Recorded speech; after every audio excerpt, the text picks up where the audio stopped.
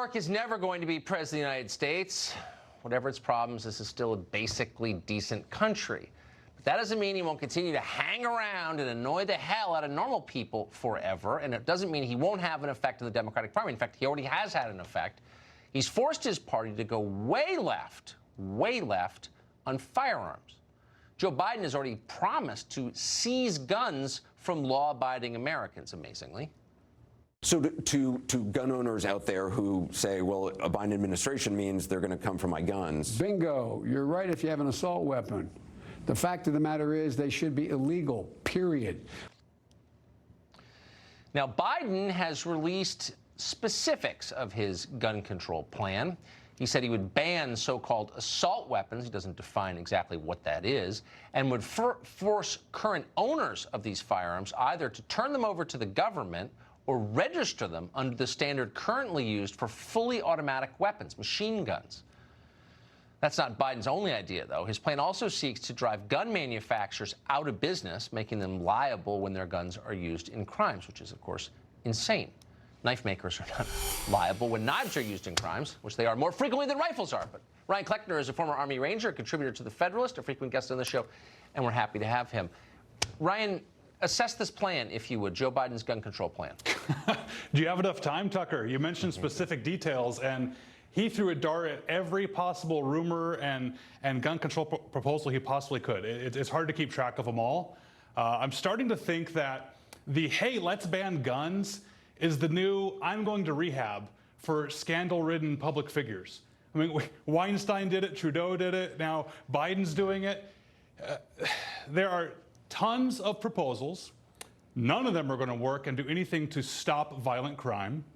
And some of the three worst you already started to mention. They're going to make manufacturers liable. That's scary. They're going to maybe bring back the assault weapons ban and, like you said, register them under the National Firearms Act.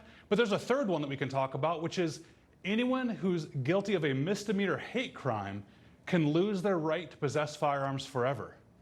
So manufacturer liability, well, you know that's absurd. You're not going to hold Bic lighters liable for arson. Doing that to the firearms industry would absolutely cripple the industry as we know it, and I think that's the plan. So anyone who's convicted of a misdemeanor hate crime, yeah, I didn't even know that was a category, but okay, loses his right to the Second Amendment. He's no longer covered by the Second Amendment. Yeah, but he's still allowed. He's still allowed to vote. So you're not allowed to go deer hunting, but you can choose my president. How does that work exactly? Well, the people that are coming up with these rules want votes. There's one reason. But here's something scarier. I could talk about a potential slippery slope and say, oh, no, we shouldn't do that about hate crime because who gets to decide what's a hate crime? Well, we have a perfect example right now.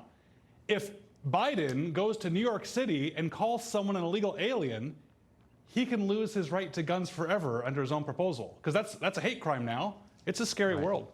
Well, his federally funded bodyguards would still be armed with high-capacity magazines. So I think, he's all set. And that's kind of the point, is the people making these rules have literally no intention of abiding by them at all. They would never give up their right to firearms because that would be scary. Exactly right. They can never answer the hypocrisy there of what's going on. We've talked about this before.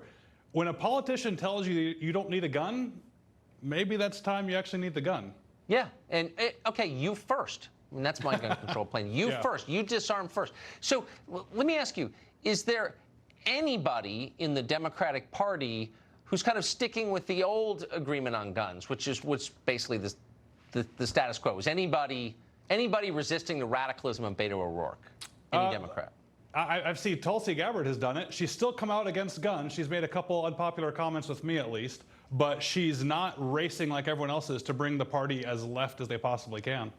And last question, sincerely, do you think any of the proposals that Biden outlines would reduce what they're calling gun crime? Mass shootings, for example. Not a single one. The assault weapons ban that he champions did nothing to stop crime. We know that violent crime was at its highest during the middle of that assault weapons ban, and in fact, it's gotten better every day since. No, they're not. I think it's political rhetoric. I think he's making false equivalencies, like saying that you can't hunt ducks with more than 3 shotgun shells, so somehow ducks are better protected than children. he's saying children can be hunted. There's regs for that. It's absolute absurdity trying to distract from the scandal that's going on with him. Not the brightest politician in Washington, anyway, I would say. Ryan, great to see you tonight. Thank you. Thanks for having me back. Virginia police officer caught in